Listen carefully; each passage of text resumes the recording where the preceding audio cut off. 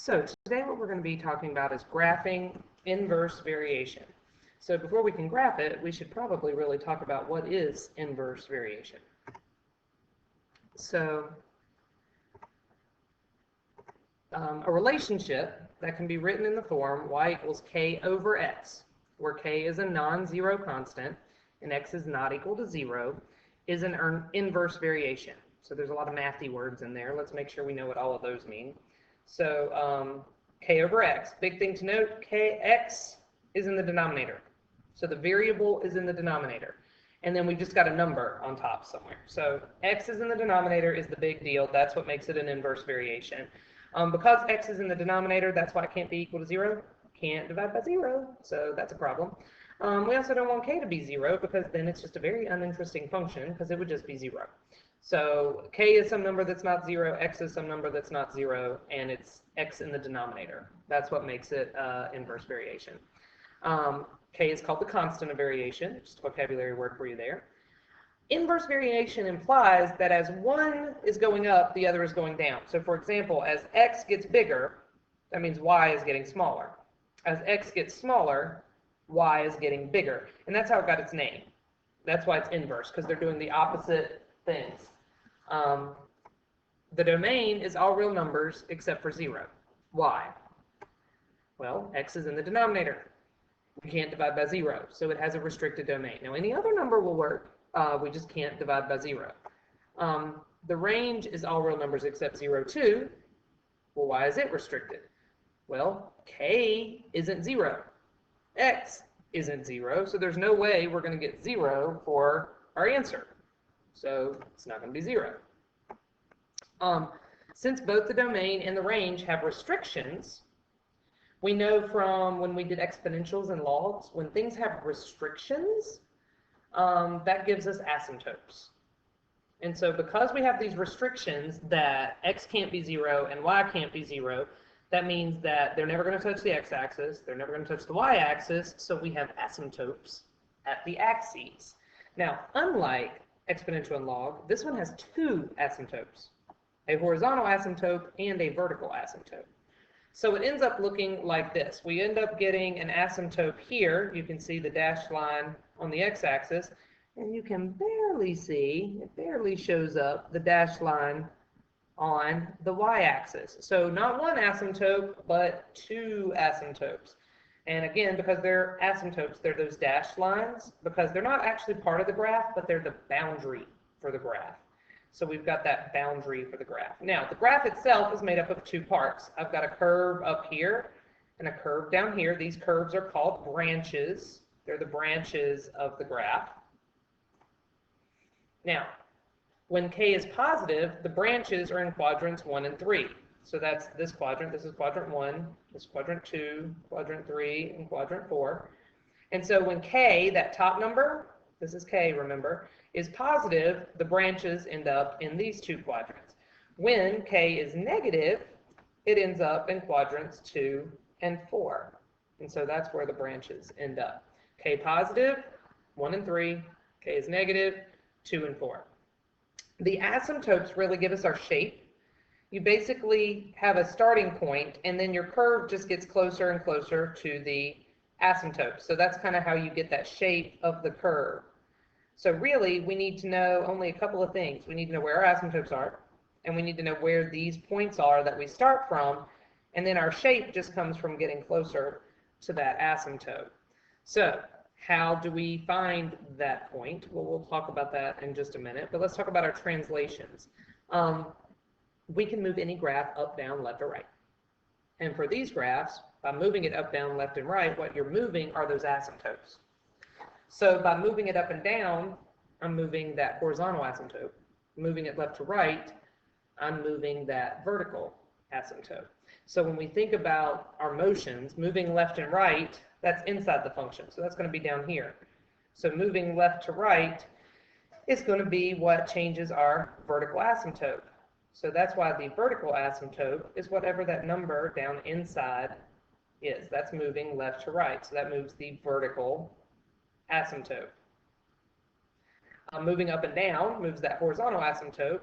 So that means that moving up and down is outside the function, so that's going to give us our horizontal asymptote.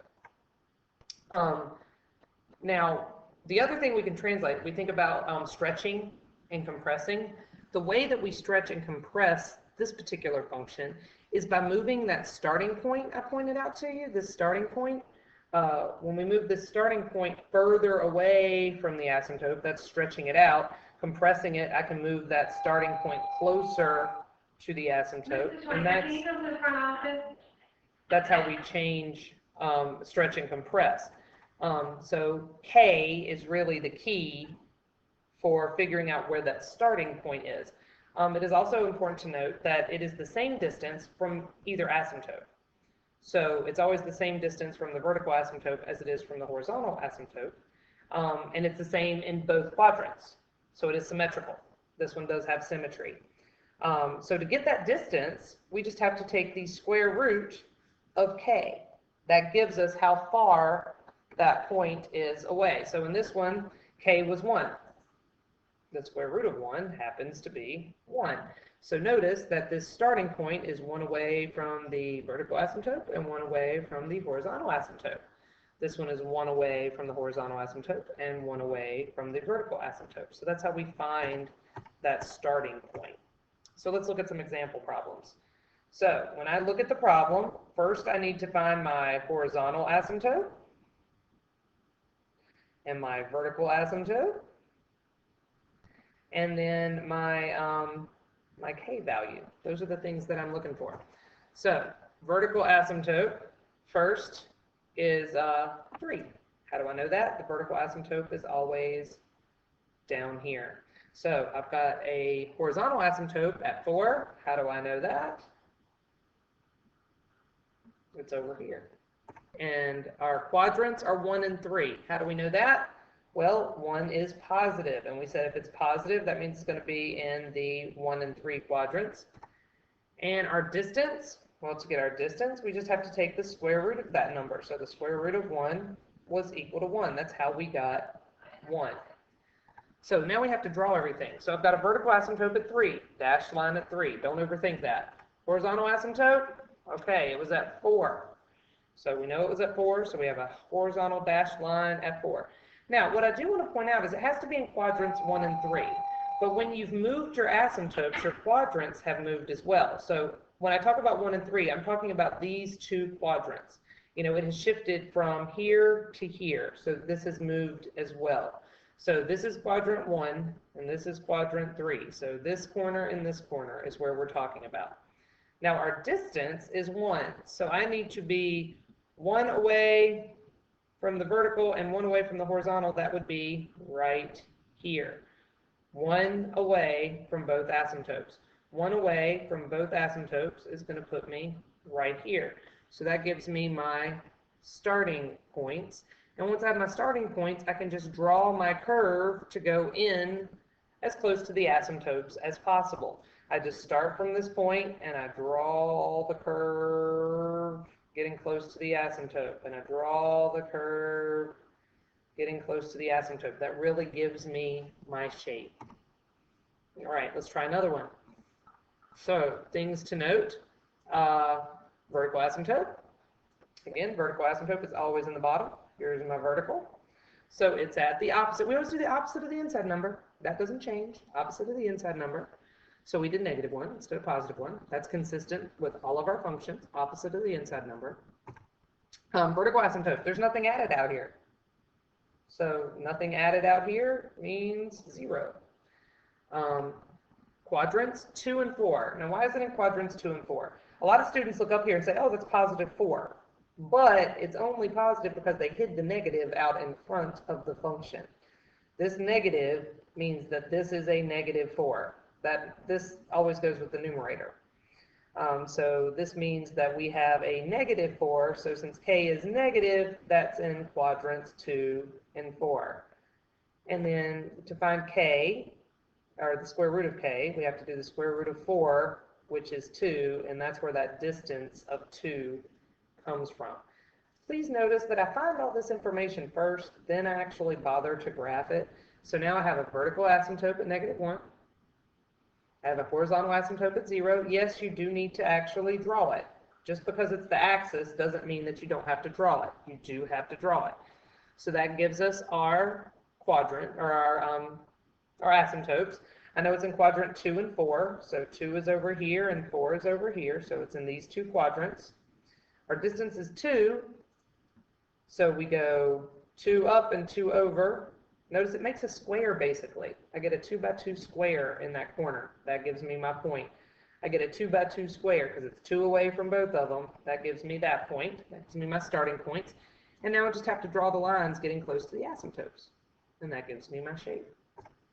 You can also write the equation just given information, just like all the other ones that we've done. So if I know that I want it to be an inverse variation and it has an asymptote at x equals -4 and y equals 5, I've got to remember that x equals is a vertical line, y equals is a horizontal line. And so I know the vertical line goes in the denominator and the horizontal asymptote goes outside the function. So when I plug that in, I'm like, okay, so I do the opposite of the inside number. I make it a plus, keep the outside number, so it stays a plus. And then they told me they wanted it to be -1, so I just kept -1 the same. So we can plug it in and work backwards.